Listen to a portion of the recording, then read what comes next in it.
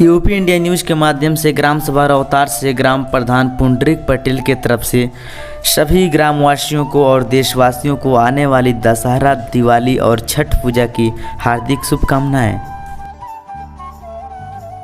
Video शुरू करने से पहले चैनल को सब्सक्राइब कर लीजिए और साथ में बेल आइकन को जरूर प्रेस कर दीजिए। नगर जनपद की 2 विधानसभा क्षेत्रों में मुझे जाने का अवसर प्राप्त होगा, एक रामकोला में और दूसरा तमकुही राज्य में।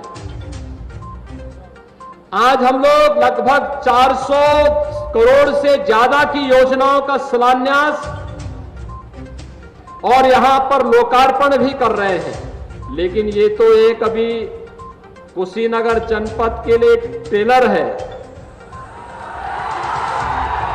अभी तो एक बहुत बड़ा कार्य यहां होना है। याद करिए, आपके जितने जनप्रतिनिधि चुने गए भाजपा से, इन लोगों ने लगातार मेहनत किया, राज्य सरकार और केंद्र सरकार में पहल की, और अभी तो अगली विजिट में यहां मेडिकल कॉलेज का भी शिलान्यास करने के लिए मुझे आना है। कुशीनगर का अपना मेडिकल कॉलेज होगा, भगवान बुद्ध को समर्पित वह मेडिकल कॉलेज कुशीनगर की जनता को भेंट करने के लिए हम बहुत शीघ्र आने वाले हैं। और साथ साथ अब कुशीनगर के लोग, कभी तो बहुत कुछ लोग कहते थे, लेकिन अब तो हवाई जहाज भी कुशीनगर से उड़ेगी और हमारा प्रयास है कि पहली फ्लाइट इंटरनेशनल फ्लाइट हो, अंतर्राष्ट्रीय हवाई सेवा के साथ कुशीनगर सीधे जुड़े, क्योंकि भगवान बुद्ध ने कुशीनगर को दुनिया के सामने प्रस्तुत किया। आज आप चले जाइए श्रीलंका में, थाईलैंड में, लाओस में, दुनिया जापान में, दुनिया के 13 बड़े बड़े शक्तिशाली देश हैं, बौद्ध देश, बुद्ध वहां पहुंचे हैं। भगवान बुद्ध वहां भारत की शिक्षा को, भारत की संस्कृति को लेके पहुंचे हैं। और इसीलिए अभी उस एयरपोर्ट का भव्य उद्घाटन होना है, वह भी बहुत शीघ्र आपके सामने आएगा। इसलिए पहले मैंने कहा, देखता हूं जनता में उत्साह है कि नहीं है, लेकिन आपने हमारे भी मिथक को दूर करके भीषण गर्मी में, बाढ़ के बावजूद, कोरोना के बावजूद आपने रिकॉर्ड तोड़ भीड़ यहां पर लाई है। मैं आप सबका अभिनंदन करता हूं, स्वागत करता हूं।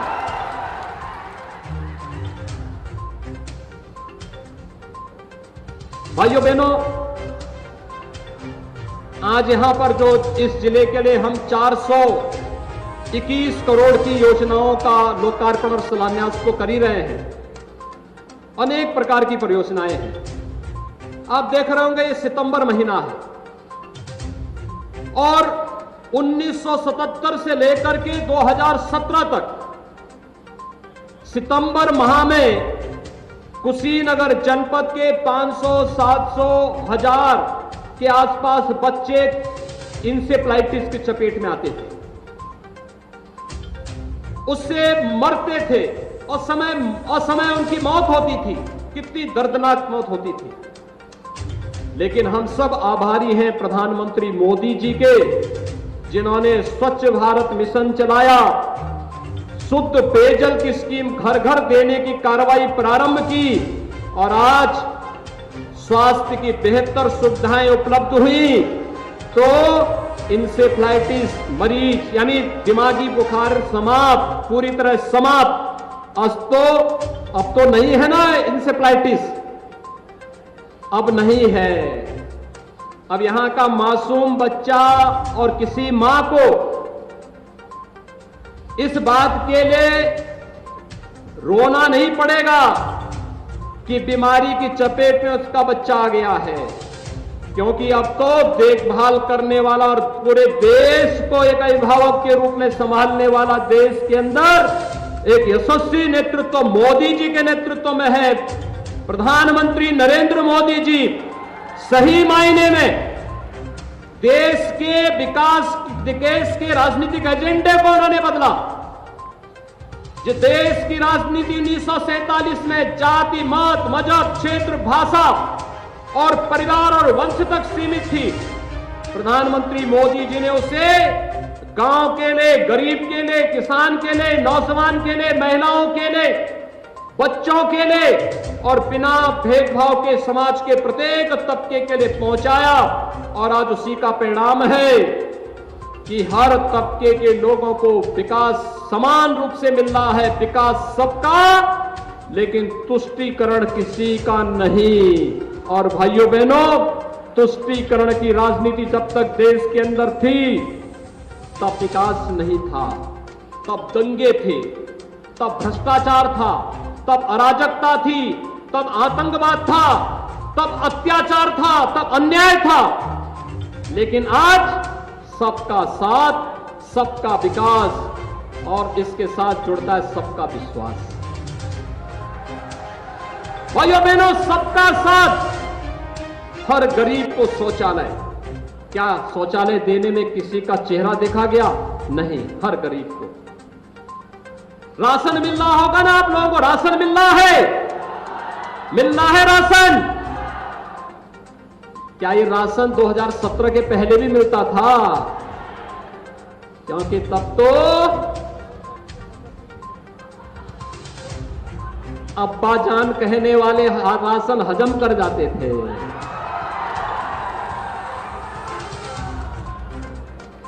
तब कुशीनगर का राशन नेपाल पहुंच जाता था, बांग्लादेश पहुंच जाता था।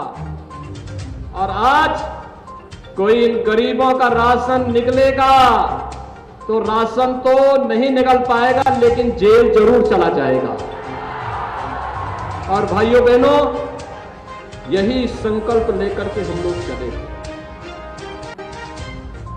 पहले इन गरीबों की नौकरी पर अब्बा जान कहने वाले डकैती डाल देते थे, पूरा परिवार झोला लेके निकल पड़ता था और झोला लेकर के वसूली में लगता था। लेखपाल की नौकरी निकली तो एक परिवार के लोग, एक खानदान निकल पड़ता था वसूली करने के लिए। 7 लाख, 8 लाख, 10 लाख रुपया दो। और फिर किसी भी योग्य व्यक्ति का सिलेक्शन नहीं होता था। अध्यापक की नौकरी लगती थी, पैसा भी जाता था, नौकरी भी नहीं लगती थी। पुलिस की भर्ती निकलती थी, पैसा भी चला जाता था और नौकरी भी नहीं निकलती थी। भाइयों बहनों, पिछले 4.5 वर्ष के दौरान 4.5 लाख नौजवानों को नौकरी दी है। 4.5 लाख नौजवानों को। ये महिला आरक्षी जितनी खड़ी हैं, सब इसी दौरान भर्ती हुई है। किसी ने सिफारिश की है और किसी ने न पैसा दिया है। हाँ, अब्बा जान कहने वाले बहुत सारे मजनुओं को खूब सबक जरूर सिखा देती है। और इसीलिए मैं आप सबसे कहने के लिए आया हूं, जब बिना भेदभाव के सरकार कार्य करती है तो भाइयों बहनों, विकास सबका होता है, विश्वास सबका जुड़ता है। मैं एक दिन बात कर रहा था, 5,51,000 आवास हमने एक साथ दिए। गृह प्रवेश की कार्रवाई थी। कुशीनगर की एक मुसहर महिला से मैं बात कर रहा था। मैंने कहा आपको मकान मिल गया? उसने कहा बाबा मिल गया। मैंने कहा मुझे कैसे पहचानती है? कहा बाबा आप 16 में हमारे यहाँ आए थे। मैंने कहा कैसे? कहा हमारे गांव, हमारे मोहल्ले में, हमारी बस्ती में भूख से मौत हुई थी। भाइयों बहनों, पिछले 4-4.5 वर्ष के अंदर कुशीनगर क्या पूरे प्रदेश में भूख से एक भी मौत नहीं हुई है। पहले भूख से मौतें होती थी क्योंकि गरीब का अन्न ये लोग खा जाते थे, सपा बसपा के लोग खा जाते थे, ये हजम कर जाते थे। लेकिन आज गरीब को अन्न मिल रहा है, फ्री में राशन मिल रहा है, निराश्रित महिलाओं को पेंशन मिल रही है, दिव्यांग जनों को पेंशन मिल रही है, हर गरीब को सुविधाएं मिल रही हैं। पहले बिजली नहीं मिलती थी, आज तो अगर आंधी तूफान ज्यादा बारिश हुई तो उस दिन भले ही छोड़ दिया जाए, बाकी 16 से लेकर के 24 घंटे बिजली हर जनपद के हर गांव में उपलब्ध करवाने की कार्रवाई हो रही है।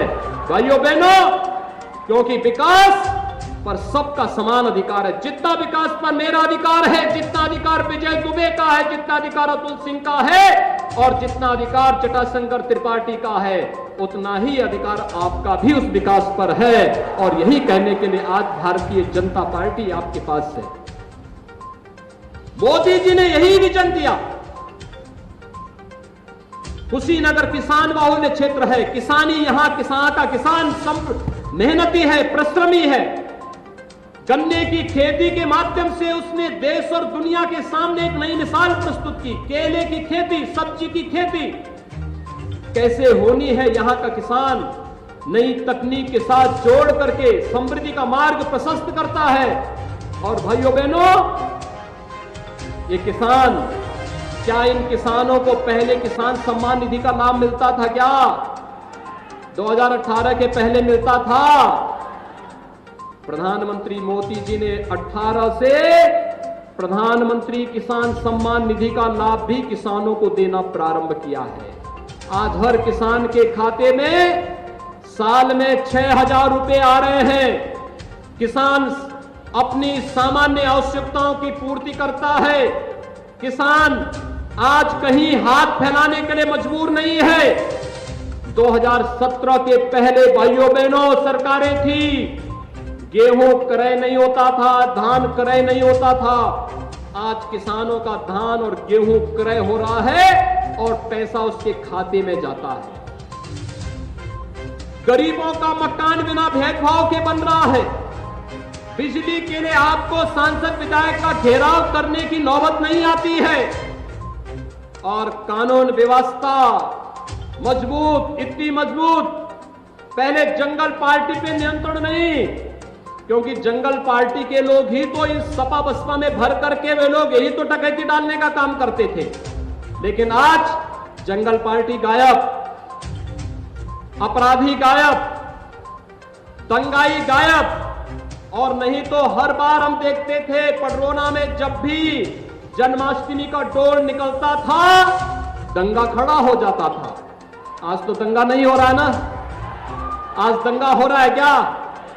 क्या कोई दंगा कर पाएगा? दंगाइयों को मालूम है ना कि क्या होगा इसके बाद, पूरा घर बार बिक जाएगा।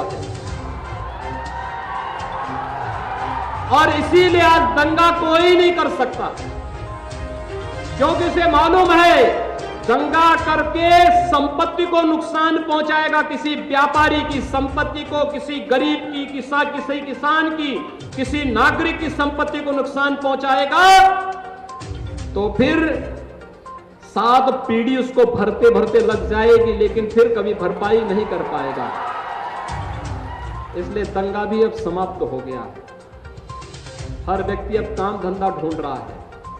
और कोरोना के दौरान आपने देखा होगा, दिल्ली में उन्हें समझे नहीं संभलता है, महाराष्ट्र में कोरोना समझे नहीं संभल रहा है, केरल में आप देख रहे होंगे संभले नहीं संभल पा रहा। आप समाचार सुनते होंगे कोरोना के कितने मरीज।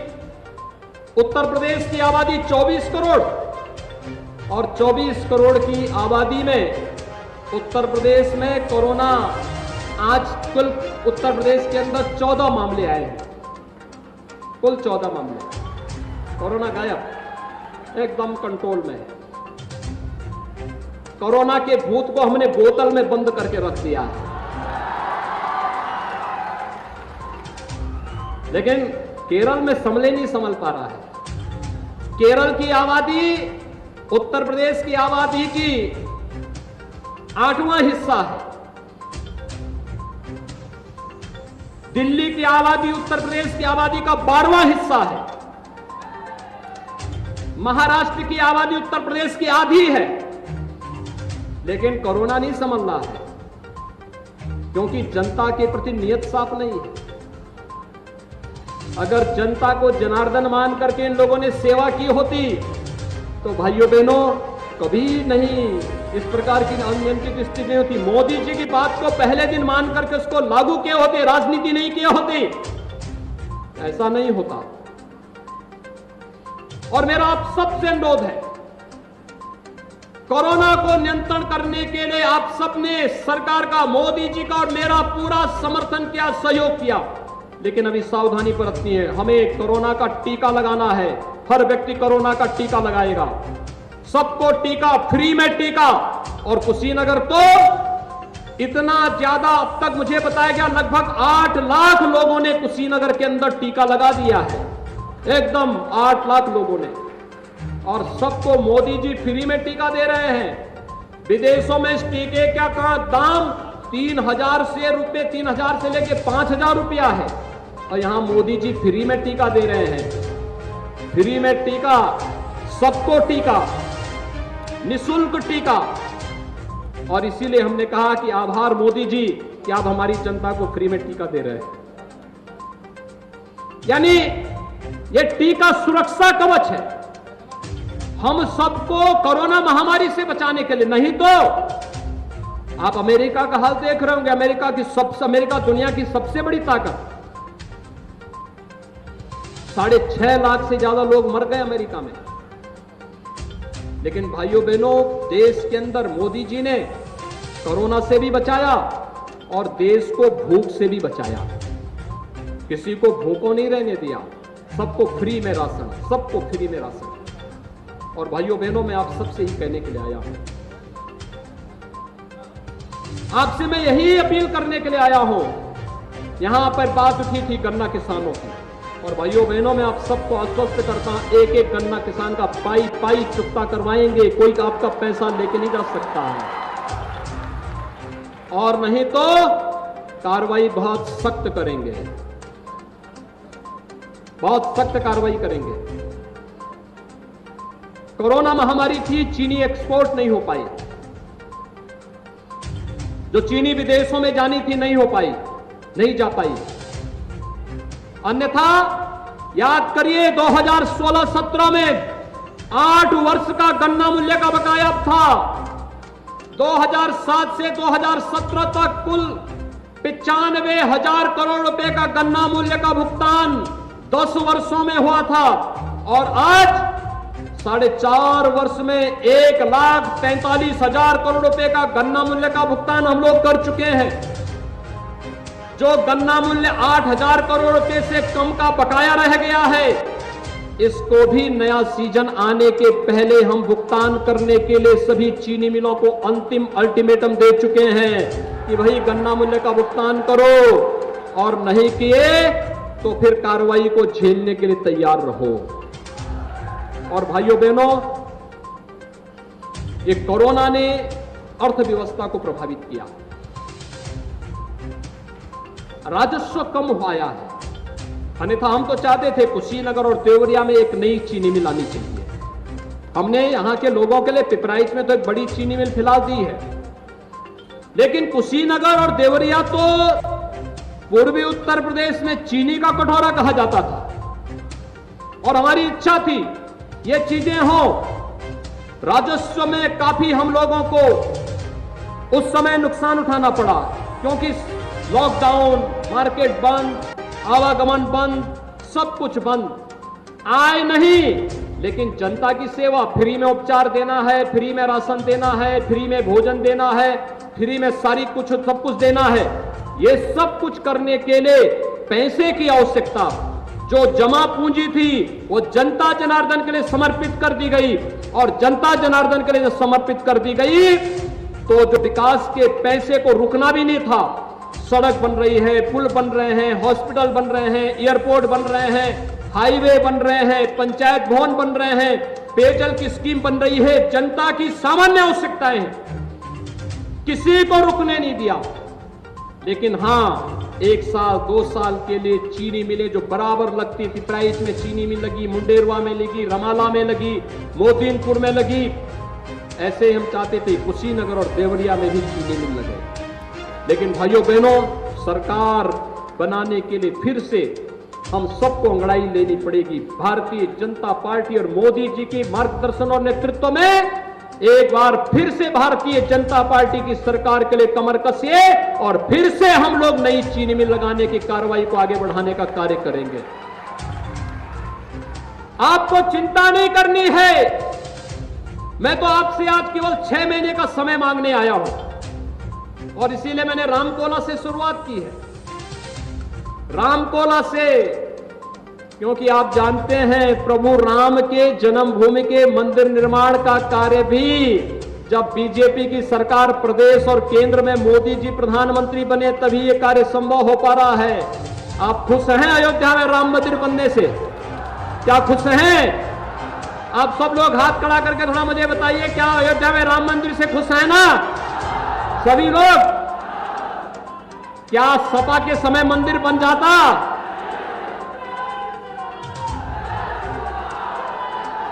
क्या कांग्रेस राम मंदिर बनाता? क्या बहुजन समाजवादी पार्टी मंदिर बनाती? देखिए, अब तो लोग बोलने लग गए हैं,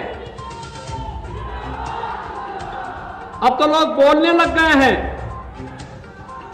राम मंदिर का निर्माण कार्य होते हुए देखकर लोग बोल रहे हैं कि अब हम अपना स्मारक नहीं बनाएंगे। भयभीत हो गए, उनको मालूम है भगवान राम का मंदिर दुनिया का सबसे खूबसूरत मंदिर बनने जा रहा है, सबसे बड़ा, सबसे भव्य मंदिर बनने जा रहा है।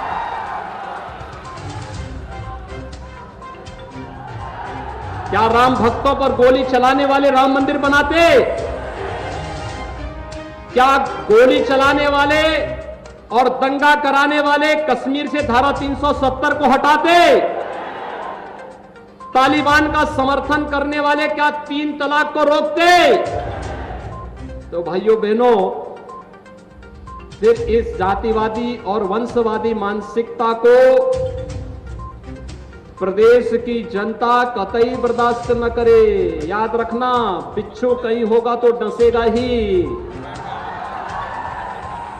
सावधान होकर के आपसे यही कहने के लिए आया हूं।